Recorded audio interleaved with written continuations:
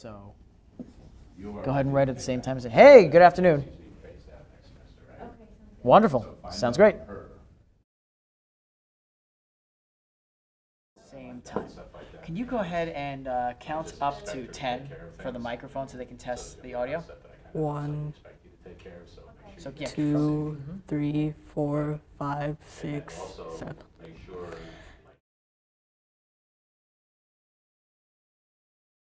Numbers? Like the kids that are going to be on, like if you're still going to be doing that, or if somebody else is going to be doing that. Okay.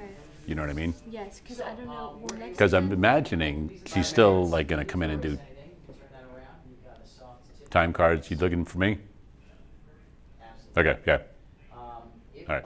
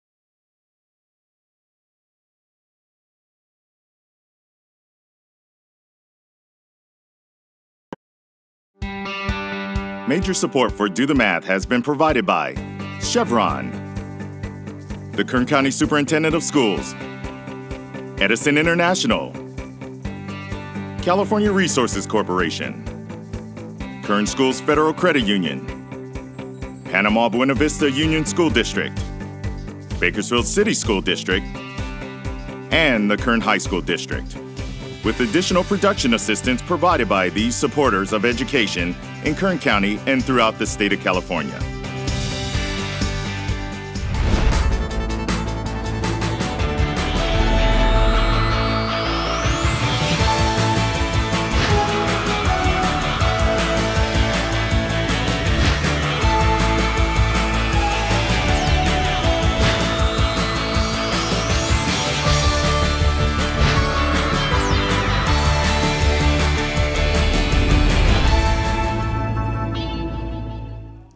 Well, good afternoon and welcome to Do the Math. All right, I guess we're on. We are on. Folks, thanks for joining us today. Wild weather day today, huh? One You of know those what? days where things... Wind is always perfect. It is. As long as my fence doesn't come down, but I've reinforced it over the last few years, so hopefully everything's fine. Everything is fine. He's Mike. I'm Devin. Thanks for joining us this afternoon. We're going to check on Mary Lou with our school site in just a moment. We've got a wonderful guest joining us here in studio. And for you at home, we're glad that you're inside, free from those elements. And now is your chance to join us on the show for your homework help. So please join us here if you're in the Bakersfield area at 636-4357. Dial us up and we'll help you out live on the air. If you're in the San Luis Obispo area, that call is toll free at 1-866-636-6284. Feel free to email us with those problems in advance. We'll work on them here on the show at dothemath@kern.org. And don't forget to watch us online as well as previous episodes through our archive at dothemathonline.net. And don't forget to check us out on social media, Facebook, Instagram, Twitter, and YouTube. We're there. Join us. It's going to be a great show today. All right, well, we're going to be talking a little bit about that social media in a little bit. We have a very special guest in studio with us. We'll meet that young man in a few moments. We'll be going to our phones for some phone calls in a little bit. And also, one other thing, because this week and next week, so today is the, I think, the 4th. Today's the 4th. So the 4th, 5th, and the 11th and 12th of December are the last live program dates for Do the Math. And if you phone in on any of those days, this week or next week, and we do your math problem on air, you will automatically receive yourself tickets to the Holiday Lights out at COM. So a nice little deal right there. About 3 million lights. It recently opened up and will be going throughout the rest of the month. So that is always a fun time and a family tradition for a lot of people now in Kern County. And people that have moved away and come back to visit always want to go to see the lights and do some other things around town. I've noticed this as a pay-it-forward trend at the Holiday Lights at COM, where people will go to purchase their tickets online, but they'll actually pay for the tickets for the people behind them. And then the people behind them will continue that trend, and it goes on and on and on. And it's really something wonderful that we've started to see. And it'll keep on going. And the great thing about this is that as a student, you can get yourself in for free simply by phoning Do the Math and doing one of the math problems. That's right. But before we get to any of that other fun stuff, let's first take a look at today's Math in the News.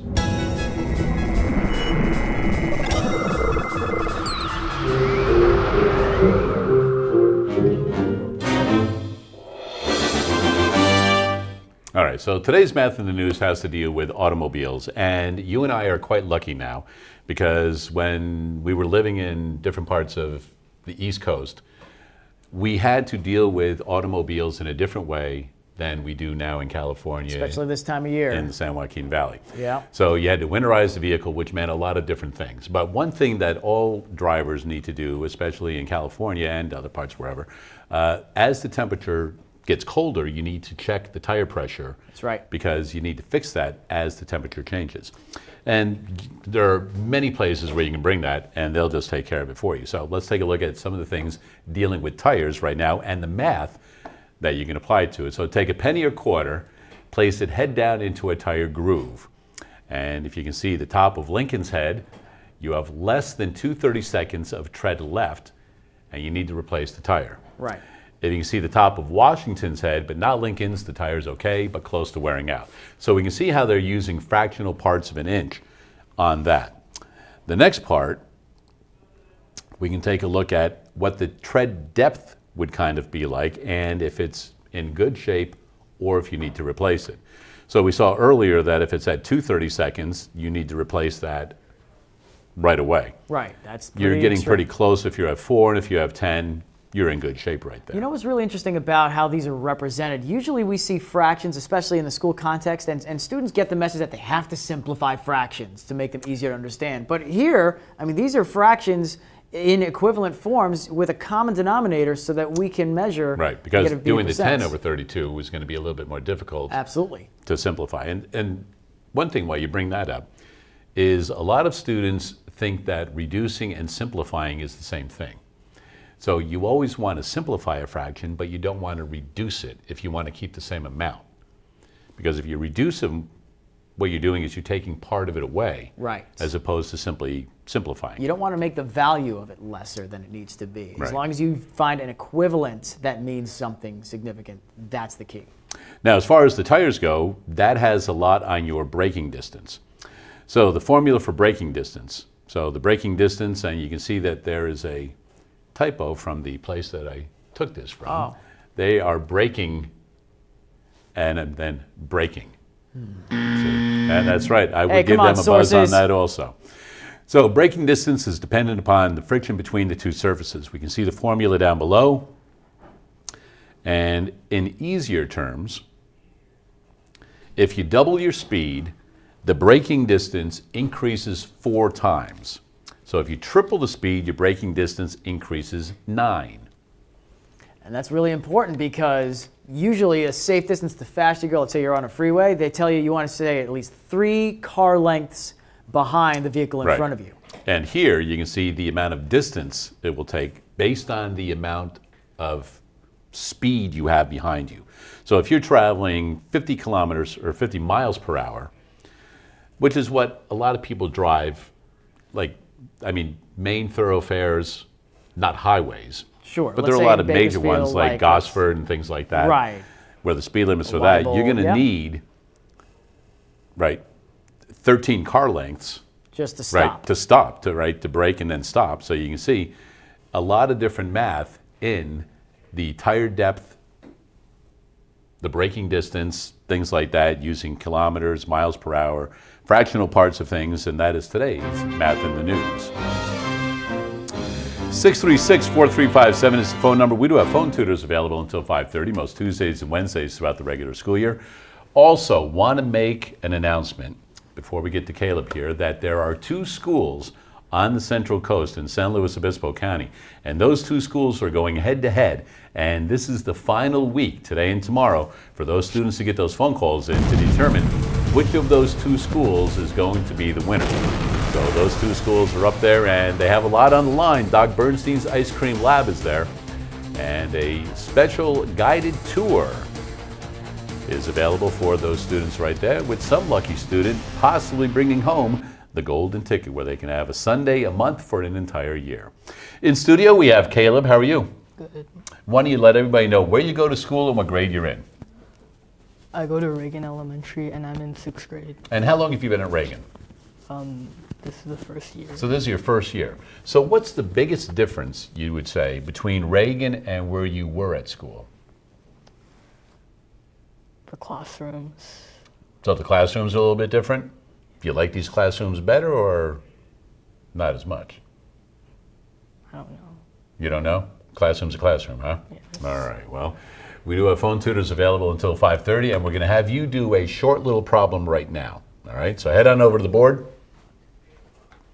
And what I'd like you to do is think of a number between, let's say 3 and 20. Think of a number between 3 and 20. It's a fair range. And take that number and write it on the right-hand side of the board. It goes with 17. 17, all right. Now, Devin, on the left-hand side of the board, before the 17, I want you to put an equal sign. Okay. And starting all the way over to the left, I want you to put the numbers 1, 2, 3, and 4 with a little space between them. All right, so Caleb, what you need to do is you need to use the numbers 1, 2, 3, and 4. Put any symbol, multiply, divide, add, subtract, parentheses, decimal points, anything at all that you want, in between those numbers to equal 17. Okay. Now, if you need to, you can rearrange the numbers, but you have to use the 1, the 2, the 3, and the 4 and get it to equal 17. So they don't necessarily need to be in the same order. Correct. But they all have to be used. Right. So it's interesting with the different operations, you would start off by thinking, I want to try to see, well, I'm sure you're thinking of this, how can I make these numbers work as close to 17 as possible? So what's the first thing on your mind that you're thinking about using? What do you want to try to use first? Multiplication. Let's try multiplication. If we multiply, which of these numbers do we want to try to multiply? 4 and 3. So if we multiply 4 and 3, let's go ahead and bring these over. Okay? So we have the 4 and 3, we want to multiply them. And when we do that, we're going to end up with 12. 12. Okay, so we know we have 12. Now the challenge is going to be we also have a 1 and a 2, and we have 17. So we're about 5 away from where we need to be. What's something we can try that might get us a little closer?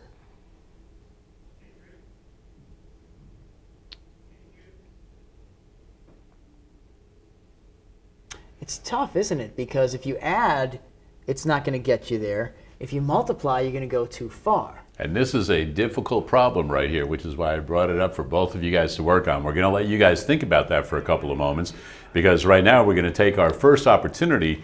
We're going to head out live to our school with Mary Lou and see what's going on. Maybe multiplying.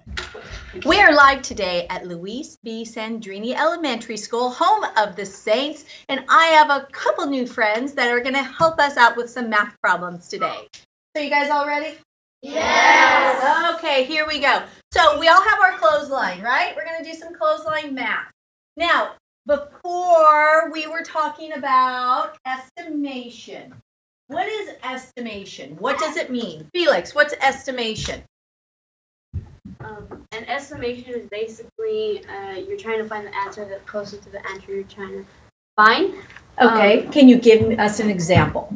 Yeah, for example, you might be doing a math problem in class, and your teacher may ask or point you out and ask you, can you give an estimation? And all you have to know is that an estimation is basically the answer the closer answer that is as close as it can get to the other number. Perfect, and that's what we're doing today, everybody. You ready for estimation? Yeah. Okay, pencils are down. Put your pencils down. We are going to make a mental estimation, and we're going to do it of these two fractions.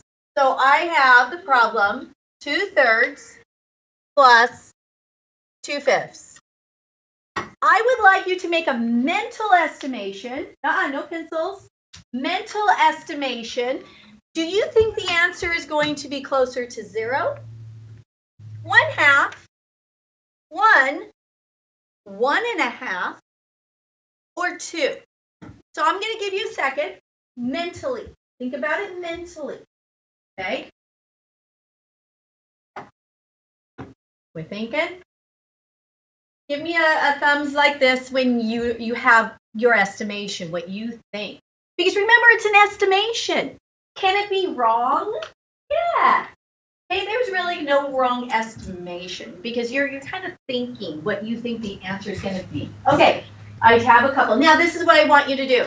You're going to pick up your pencil, and you are going to make a mark where you think your estimation is closest to. Okay? Where you think the answer is going to be. Make a mark, please. So I have our leaders. We have Felix and Isaac and Tiana. Talk with your groups real quick and find out from your team where you think the estimation should be. So talk with your team, find out where you want. Isaac, talk with your team real quick. Make it an agreement on where you want that estimation on your clothesline. Felix, same thing over here. It has to be closer to the number, but not over the number, but so for the estimation. Where do you guys think your estimation should be? Where did you make your mark on your clothesline?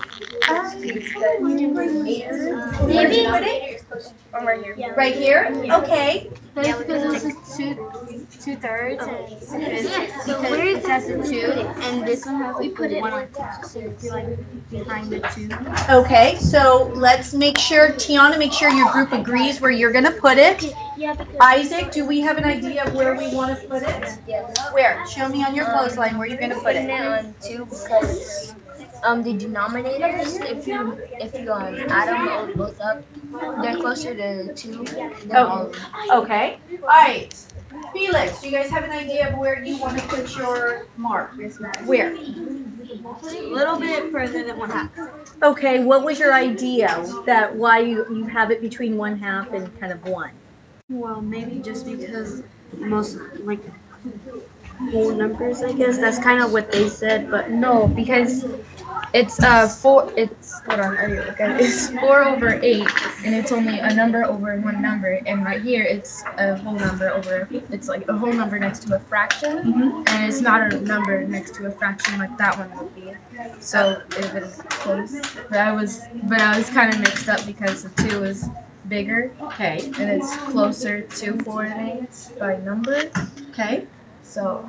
Okay. All right. So I need for Tiana, get your marker and come make your mark for your group. Isaac, get your marker, come make where you want it for your group. And Felix. Now, Tiana, you're group 1, so please put a 1 for me. Isaac, you are group 2, so put a 2 for me. Felix, put a 3. Okay. You could put it right on the number line for me, where you want it.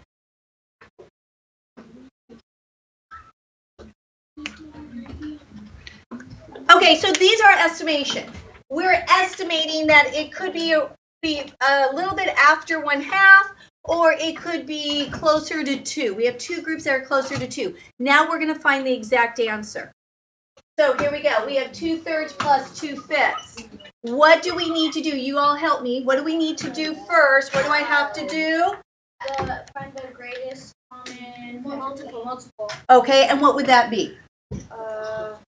What goes 3 and 5, everybody? What number does 3 and 5 both go into? 15. Okay, so let's go ahead. We have 15 as our denominator.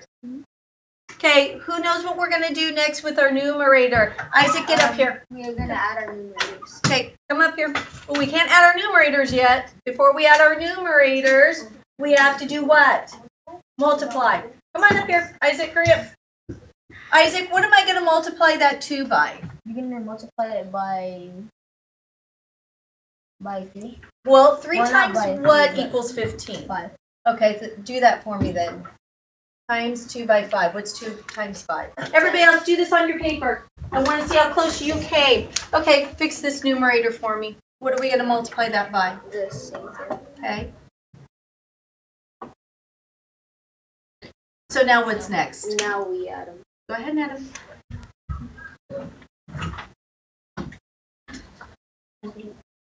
Okay, so we have what, everybody? 20 over 15. What is this called? That's Improper fraction. Improper fraction. Can you turn that to a mixed number for me? Yeah. Okay.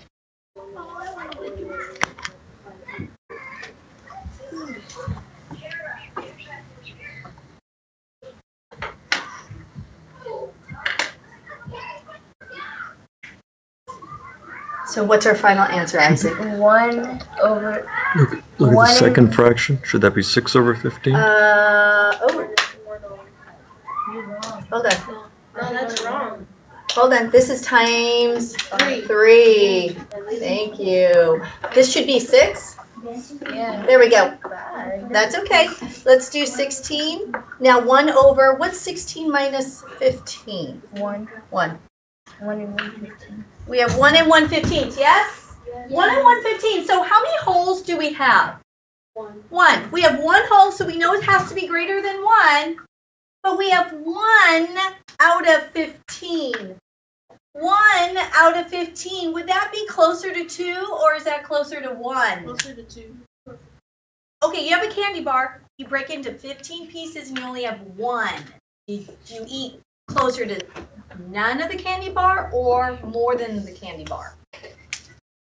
1 and 1/15 is closer to 1. 1. So we have more we're going to do with this when we come back. So we're going to send it back to Mike and Devin at the studio, and we're going to do more fractions when we come back. All right, thanks for that, Mary Lou. We'll see what the Saints are up to next. Hey, we do have phone tutors available until 5:30 today, Tuesday and Wednesday, the 4th and 5th, as well as next week, the 11th and 12th. After that, no more live programming until 2019. In studio, we have Caleb, and he's been working on a problem, and he and Devin are going to show us kind of how they're progressing with that problem right now. Boys, let's go. We feel really good about where we got to during the break, and we want to walk you through the process of what we were thinking, because we got to a place where we were trying to play around with multiplication first to get as big as possible quickly. But then we talked about this idea that you don't necessarily have to start with multiplication, and you don't have to start with the numbers in order. So Caleb started off with 2 numbers first. A number that, when you added them together, got you to a place where you could multiply up to 17, or at least close. So what 2 numbers did we start off with? 1 and 4. 1 and 4. So we wrote that down when it's 4 and 1. We added 4 and 1, and when we did that, we got 5. So what did we decide we were going to do with that 5 next? Multiply by 3. This was the place where we were going to multiply to get as close to 17 as possible, and 3 was the number to do it. So we multiplied 5 times 3. When we did that, we got 15. 15. Now we took that 15, and there's only one more thing left, and that's that 2. Fortunately, the jump from 15 to 17 was really easy, because what did we do with that 2? We added that. So we did 15 plus 2 to get to 17. So then we decided we were going to write this expression out. And how did we write that out, Caleb? We did 4, and then what did we do with that 4? Plus 1. Plus 1 times 3 plus 2. Plus 2. But what's interesting is we started talking about how if somebody walked in and saw this expression, they wouldn't necessarily get 17. Because what would they do first? Multiply. They would multiply because of gems, grouping symbols, exponents, multiply, divide, subtract, or add. They would do 1 times 3 first, which would be 3. 4 plus 3 plus 2. They would get 9. So we need to add something to this expression to make sure that they do this in this order. And what would you add to make sure that they know to do this 4 plus 1 first? What would we call those? Parentheses. Parentheses. Now, you know you have to do this part first.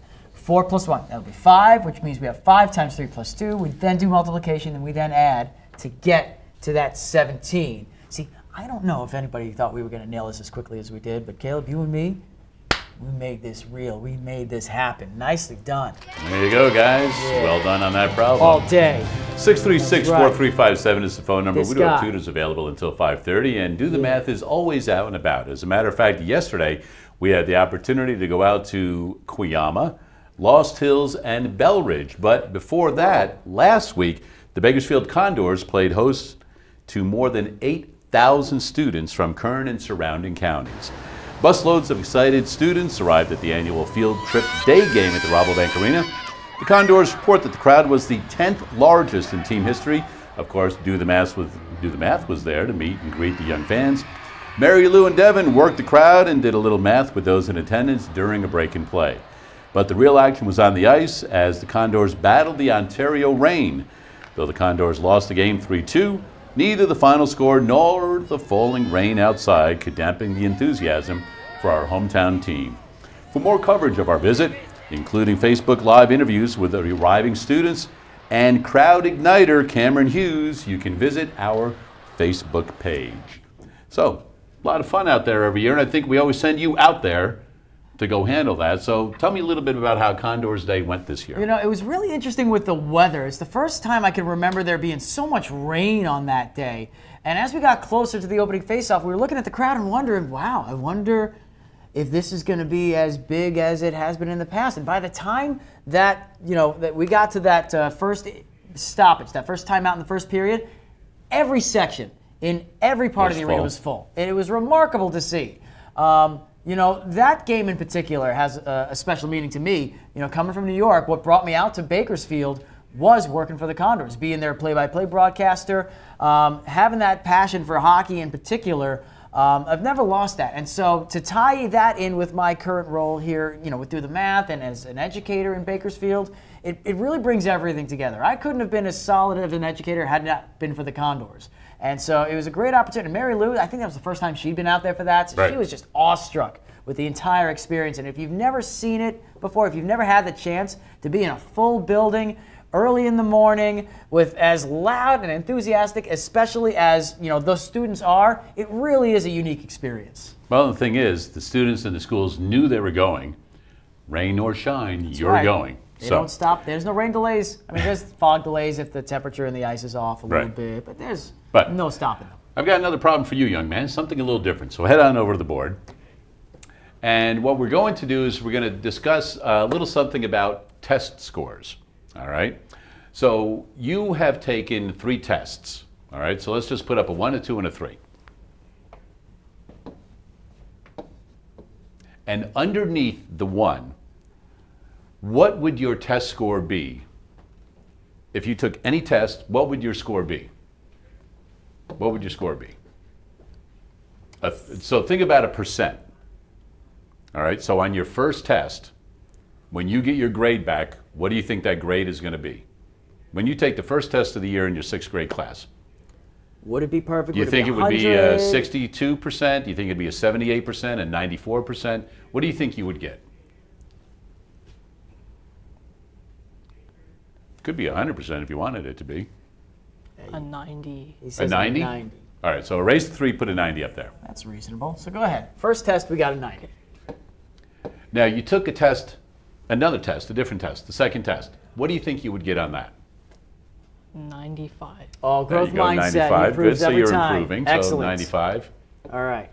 And on the third test, what do you think you would get? 95. 95? Good. So put a 95 up there. All I want you to do is, because students go, well, I want to know what my grade is. What's my average? Okay, well, if you've taken 3 tests, I want you two to discuss how you would figure out the average and what your grade would be right now. All right? So when we think about the average, it's somewhere within the range of our lowest and highest that is a fair understanding or communication of what our overall performance is if all of the scores on the test were the same. So let's think about it this way. If you take these 3 tests, and for each test you could get the highest score possible of 100, how many points are there, how many percentage points total could you possibly get if you added all those scores together? 100. So 100 on one, and then 100 on another, 100 on the third. If you added those all together, what would that equal? 300. 300. So you could potentially get 300 possible points on these 3 tests.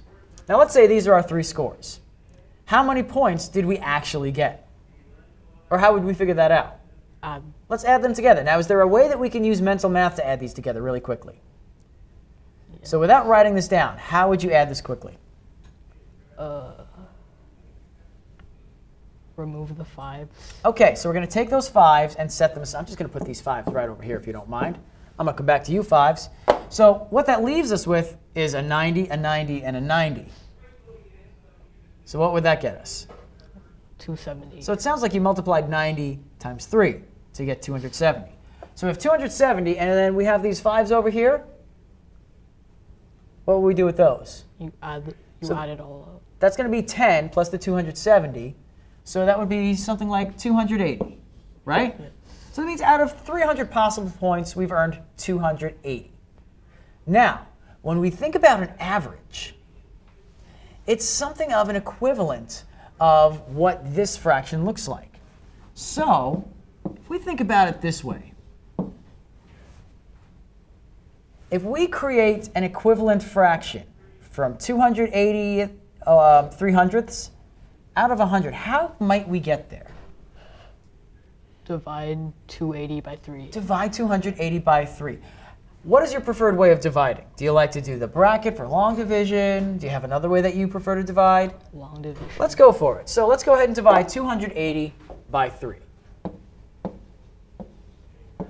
So we have our 280 under, and we're going to start off with that 3. And now we're going to start seeing how many 3s we can fit into what? 28. 28, because we know that 3 doesn't necessarily fit into 2. But we look at that 28. That's 28 10s. So let's see how many 10s we can get with that 3. So how many times would you get that 3 into that 28? 9. Let's try 9, okay? So we'll throw a 9 up on our quotient bar. And if we have 3 groups of 9 10s, what does this multiply out to underneath? 27. So 27. Let's go ahead and drop a 27 under. We see how many 10s we still have left over to work with, so we'll subtract. And that leaves us with 1. Now, we have 1 10, and let's go ahead and bring this 0 down just so we make it clear. We have 10 1s. So how many 3s can we fit in 10 1s? 3. 3. So let's go ahead and put that in our quotient line. We'll multiply again. We have 3 times 3 1s. 9. And we'll go ahead and drop that down. Now we're going to subtract. We have 1. Now this is a really interesting situation because we've run out of whole place values. When this happens, how do we continue going so we can be more precise? We use decimals. Let's bring some decimals in. So we'll throw a decimal in. And you add a 0. And we'll have a 0. Now where does this 0 come from? I thought that was a really interesting choice. Where did we get this 0 from? After a decimal, no matter how many zeros you put behind it, it'll still be the same number. So the way that we show that under our division bar is we'll make sure that we show that this is equivalent. 280 and 0 tenths is the same thing as 280. It has the same value. So that's where we're going to get this extra 0 from. Absolutely right. Now, something interesting is starting to happen. We're starting to see a pattern, right? 3 into 10 tenths. Well, we just kind of did that, didn't we? Yeah. So how many times does this 3 go into this 10? 3. I get the sense that we're going to be doing this a lot if we keep going, right? So what's a way that we can express that this is going to keep going without having to do all these 10s? Put a line above it. Let's go ahead and do that. So 93 and 3 repeating 10s. So this represents the average, our mean. So basically, what our score would be if we got the same score on every single test. About 93 and a third, but more precisely 93 and 1/3. There you go. So at 93%, you've got yourself an A. Nice work on that right there. Hey, we do have phone tuners available until 5:30. We'll be back with more right after this. But you know what? Because you did such a wonderful job on that, I almost forgot. Because we were just talking about Condors hockey. That's right. You, young man, will now be going to see a game with the Bakersfield Condors. So You all right there? That was congratulations on giant. that. Oh, look out! They always get us with those things. I get hit by a pizza And on the now show. I got grilled on a We'll barbecue. be back with more right after this. You never get away.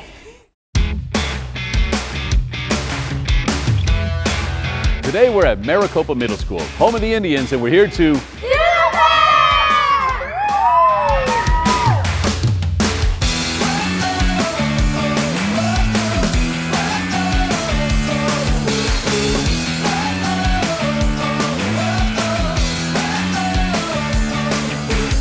Well, today we're at Maricopa Middle School. We've got students from 7th and 8th grade. We're going to do a little bit of a math activity with you guys. And one thing that we want to look at is some different strategies while you're working out a problem or playing a game. All right? So right now, what are some strategies that you have when you're approaching a math problem? You guys have any strategies that you can think of that you're like, oh, I usually go to this first? PEMDAS.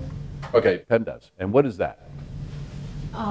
Parentheses, exponents, multiplication, division, addition, subtraction. Right, and you're probably going to use some of that a little bit later on today, where you can use that strategy, right, with the order of operations in order to help you solve a problem, right? That's one strategy that you can use, all right?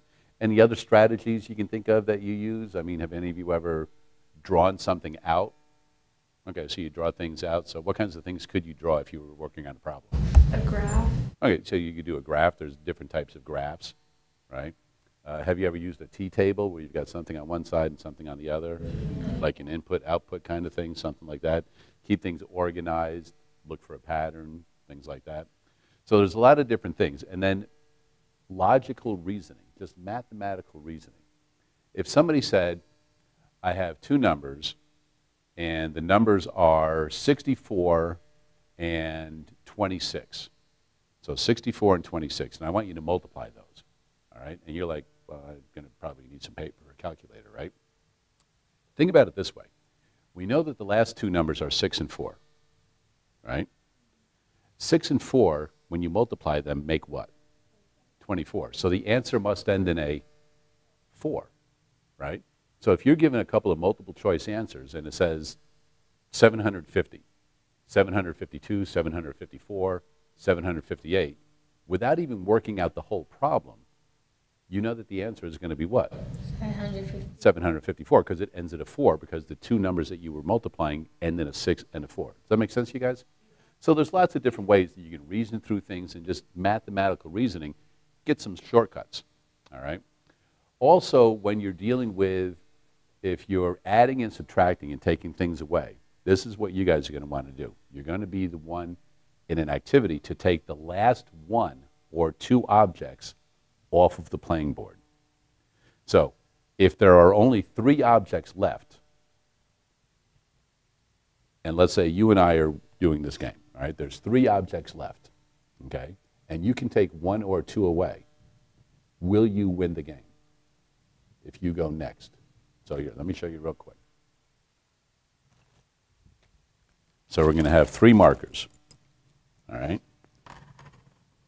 It's your turn. You can take 1 or 2, and the goal is to be the person to take the last 1 or 2 off. So it's your turn. Can you win the game right now? No. How do you know that already? Because there's going to be 1 left, and you're going to be the next person. Okay, so there is a possible way for you to win. So in order for you to win, what's the only thing you can do right now? Take 2. If you take 2, Oh no, you take 1. then I have to take 1, right? So instead of taking 2, what should you take? 1. So take 1. Now, if I'm aware of what's going on, I go, oh, I'm going to take 2, and I win the game because I took the last ones off the board. But what if I'm not thinking? I go like this. She took 1, I'll take 1. Now what happens? Then I take the left. Then you win, okay? So you want to think. So now let's do this. Put the markers back. Now let's make it 4, all right? It's your turn. What would you like to do? Take 1. Okay. Now, if I take 2, what happens? Then I get the last one. And She wins automatically. But let's say there's a 3, right? You took your 1. If I go like this, can I still win? Yes. I could, but I'm probably not going to win, right? No, because I'll take both. So that was 4. That was pretty easy, right? To kind of figure out what to do. Now let's go with 5. You go first again. So now she's not going as quick, is she? But you're saying take 1, but she took 2, right? So my only option is to try to see if she's paying attention and I only take 1, right? So if you take 2 on your first turn, you're going to win, right? Let's do it another way. You take 1 this time, okay? How can I guarantee that I win? Right now, with 4 left, how can I guarantee I will win? Take 1. By taking 1, because you can't take any more than 2. You guys see how this is working? All right? So this is the challenge I'm going to have for you guys, all right? You're going to play a game called NIM, all right? And the challenge for you guys is with NIM, you're going to have a marker on every one of these spots. What I want you to do is see if you can come up with a strategy so that you're the person to take the last 1 or 2 off the board. And when we come back next time, we'll see how the kids from Maricopa Middle did with the game of NIM.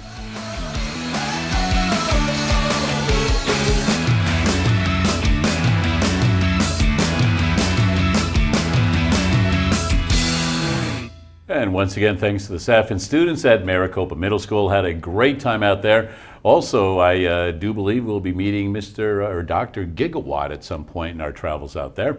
Hey, we do have phone tutors available until 5:30 on most Tuesdays and Wednesdays. Remember, next week, the 11th and 12th of December, last week for live programming. So if you need some help, this week and next week are the times to call. Right now, we have another opportunity to go out and visit with the Saints at Sandrini and Mary Lou. We are back live at Luis B. Sandrini Elementary School, and I have a couple friends who are going to help us with some more fractions. Why don't you go ahead and let everybody know your name and what grade you're in.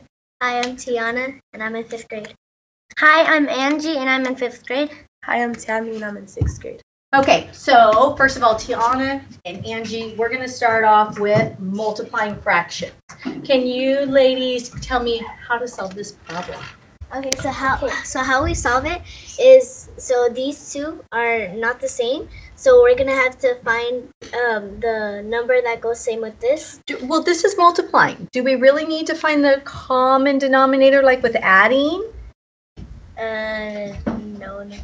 No, we don't really need to do that. And that is what's so amazing about multiplying, huh? Is that we don't need to find a common denominator. So like, we have to do, since 5 and 10, we have to times it by 2, and then we times it. Okay, that again, then let's change, that's with adding, right? That's adding. We're not adding our fractions, we're doing what? We're multiplying. So we really don't need to do that. All we really need to do is what? Times it. So 5 times 10 is 50, then 2 times 1 is 2. Okay, so all we have to do is multiply across, right? So 2 over 50, what common number goes into 2 and 50? Common number? Yeah. What, does 2 go into 2? No, yes. Yeah. What's 2 do? Yes, what is it? 1. Okay, put a 1 here for me. And what about, can we divide 50 in half? Yeah. Okay. What is half of 50? It's gonna be, or 10. Think about it. If you split it in half, it's gonna be 25. Yes. Think about it. 2 quarters make 50 cents, correct? So did we just simplify? Give me a fraction bar there. There we go. Did we just simplify that? No. Yes, we did. Yeah, we did. Yes, we did because we have our common number of 2. We divide them both by 2, right? So 2/5 times 1/10 equal 125. Good job, ladies. Good job. All right, Tammy, you got some dividing, right? All right, pick a card. Pick 3 cards for me. Okay, so the first thing you're going to do is make a mixed number. What's your mixed number going to be? 4 over 9 tenths. Okay, pick 2 more cards.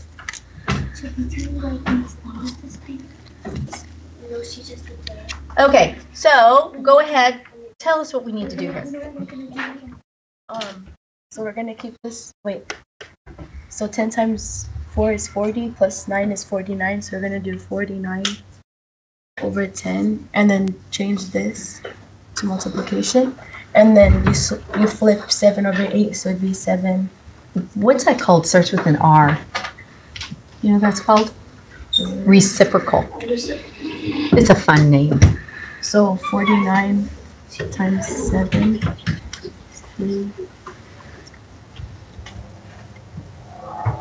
34. So you would, so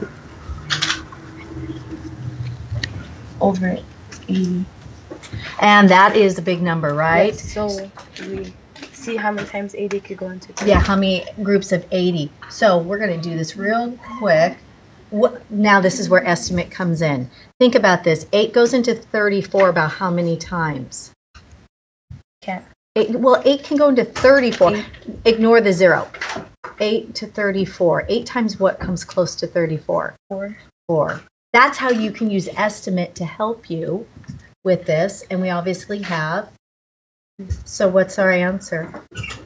4 and 23 over. Oh, wait, I forgot something, didn't I? A 0. Huh. So we have 40 and 23 over 80. There you go. Okay, so we have a lot more stuff to do, but When we come back, we're going to be moving out of fractions into something really fun. Not that like fractions aren't fun. So we're going to send it back to the studio to Mike and Devin until we see you guys back in a little bit. All right, thanks for that, Mary Lou. Hey, you know what? We've got a couple of minutes left with Caleb, so go head on over to the board. And I would like you to select a number between 5 and 30. 23. All right, so put 23 up, Devin. 23. Devin, you select a number between 5 and 30. 22. We're not going too far. Just put a comma in between there. There we go. I'll move that over a little bit too. All right, Caleb, another number. 19. 19. I will throw in a 14. Caleb, another number. 7. 7. There you go. Perfect. All right. Great. Find the mean, first of all, of those numbers.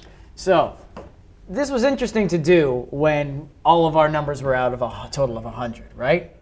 But if you remember, essentially what we ended up doing was taking the sum of all those values and dividing them by 3, which was the number of quizzes we had. So in order to find the mean or the average, we're basically going to do the same thing. So we can add all these up and then divide them by how many values we have. So how do you want to add these up? Where do you want to start? Or how would you add these up? 22 and 23. OK, so you're going to add 2 at a time here? OK, so we're going to add 22 and 23.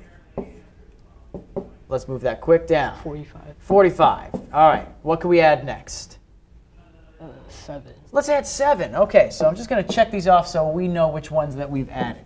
Let's add 7 to 45. That's going to give us? 52. 52. Now we're at 52. What can we add next? That'd be friendly. 14. I love the way you think. The less regrouping or carry over, the faster we can move through. So we'll do 52 plus 14. 66. 66. And now there's one left. 19. Now there's a way we can add 19 really quickly instead of having to line everything up and regroup. Because what's 19 close to? 20. So let's add 20 and take 1 away, right? So 86, take 1 away. 55. I mean 65. So if it takes 1 away from 66, we get 65, and then we can add the 20 as well. So 65 plus 20. 85. 85. All right, so we have our 85. How many values did we say that we had here? 5. 5. So if we divide 85 into 5 equal groups, we'll end up with our average if all of them were the same value. So let's go ahead and divide 85 by 5.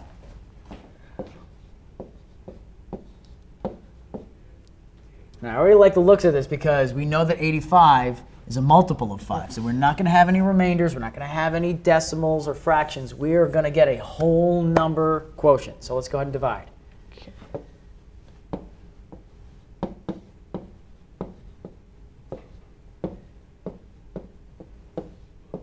So it looks like our average, our mean for the data here in this set is 17.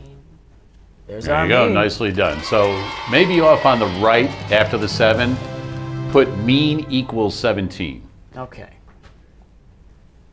And that's going to be important information because we're going to want to save that when looking at this data All right, set. so Devin, if you could erase all of the work you did, but leave the data up there. Absolutely. Now, Caleb, do you have any idea what the median of a set is? The middle. Right, the number in the middle. But what do you have to do first with the numbers to determine what the middle number is? Put them in order from least to greatest. Good. So why don't you go ahead and do that and then show us what the median is? So now you can do this by writing it. I mean, we have the technology of today, and we can actually drag these over. But I think for the sake of time, we'll go ahead and just write them in order.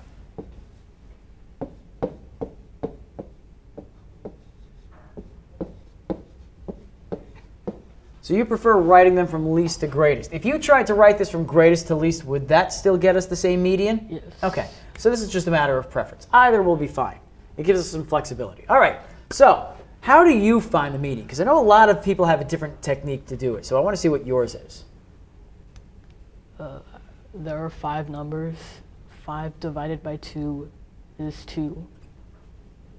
And 2 plus 1 is 3. So the third number So what you're essentially doing is you're taking that split of how many would be on each side from the center, and you're getting rid of those. So you're saying that 5 divided by 2, if we split 5 into 2 parts, we'd have a little more than 2 on each side. So let's only get rid of 2 on each side.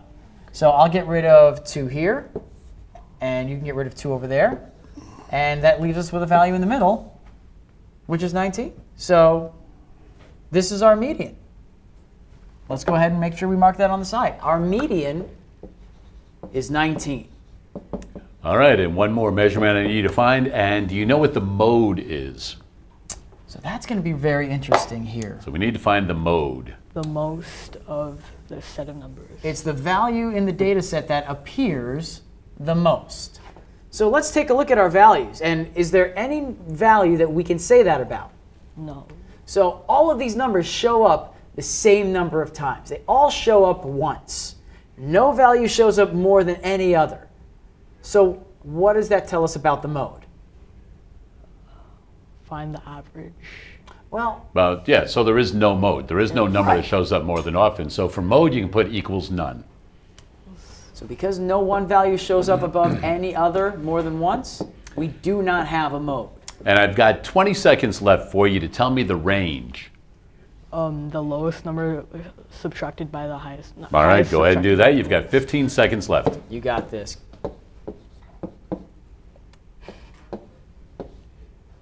Looks good to me. Range of 16, between 7 and 23.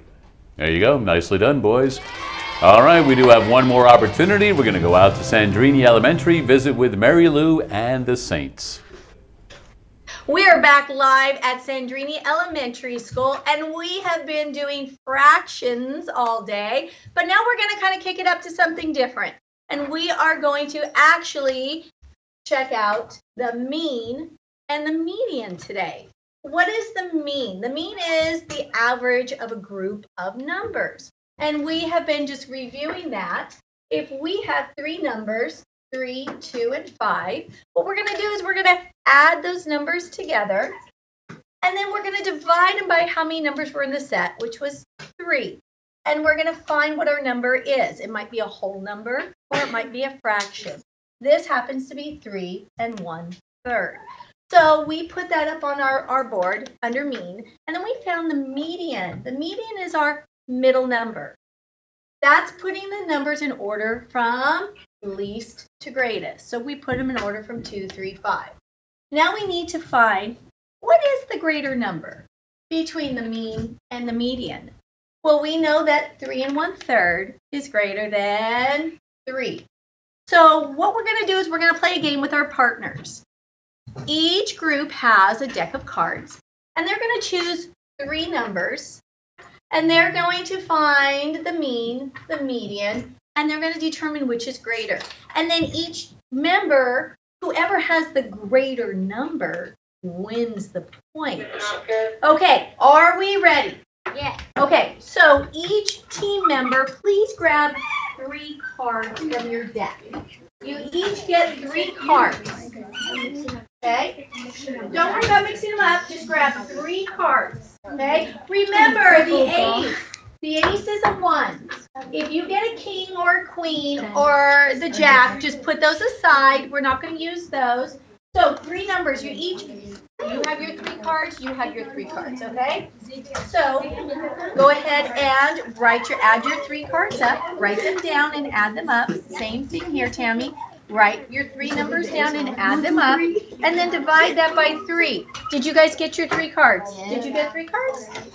Okay, write your numbers down for me. And add them up. Okay, write those up right here and add those up. Okay, do we have our 3 cards? Okay, add them up. Do you have your 3 cards? Add these up for me and then divide them by how many? We're going to divide them by 3. Okay. Did you add them up? No, not yet. Okay, add your numbers up. Who has their numbers added up? Okay, let's go over here to Tammy. You guys have yours added up? Okay, Tammy, tell us what you did. 9 plus 4 plus 1 is 14. Okay, did you divide that by 3 though? Remember, we need to divide by 3. Divide it by how many? By 3. Okay, did you add your numbers up? Okay, so is this your paper here? Go ahead and add up your numbers. Okay, I'm looking for the first group that's done, that's found their mean and their median, and who is the winner. Okay? You need your own 3 cards. Yeah, you need your 3. Do you have your 3 cards? Yeah. Okay, let's add these up. What's 4 plus 4? 4 plus 4 is 8. Okay, what's 8 plus 9? 8 plus 9 is 17. Yeah, now divide it by 3. 3 goes into 17 how many times? I don't know that one. Well, what's 3 times 5? 3 times 5 is 15. There you go. Is that pretty close? Okay. What's why they don't give 15 right here? Right, and what's left over? We got a minus that. What's 17 minus 15? 17 minus. Well, these 2 are zeros. So 7 minus 9. That would be 2. Okay. So what's your fraction? 5 and 2 thirds. So underneath, let's write 5 and 2 thirds. 5 right here. And 2 thirds. 1 third right here. Now we need to put these in order from least to Greatest. Okay, so what's your number in the middle now? In the middle is the 4. There's the 4, so that's your median, huh? So now I'm going to ask you, which is larger, 5 and 2 thirds or 4? They'll be 4. 4 is larger than 5? Oh no, a 5 to 2. Okay, put that over there.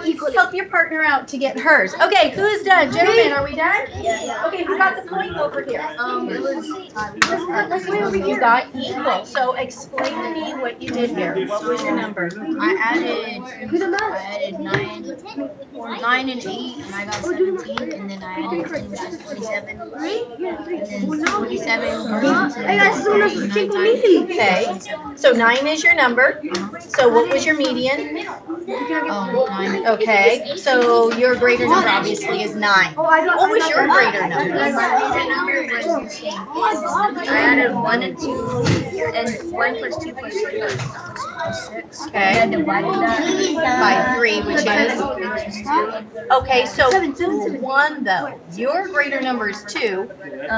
His greater number is 9. So he got it. Okay, first of all, I want to thank all of you for allowing us to come here to Sandrini Elementary. It's always so much fun with you guys.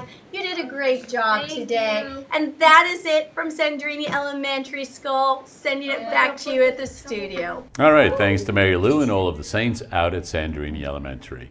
Hey, we do have phone tutors available most Tuesdays and Wednesdays throughout the regular school year until 5:30.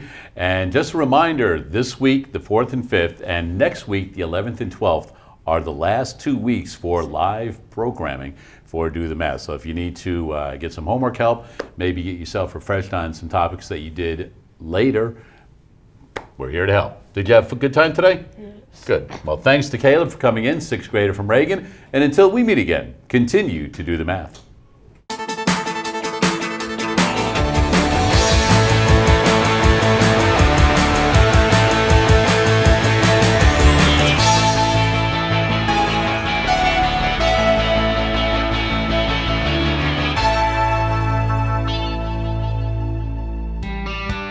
Major support for Do the Math has been provided by Chevron, the Kern County Superintendent of Schools, Edison International, California Resources Corporation, Kern Schools Federal Credit Union, Panama Buena Vista Union School District, Bakersfield City School District, and the Kern High School District, with additional production assistance provided by these supporters of education in Kern County and throughout the state of California.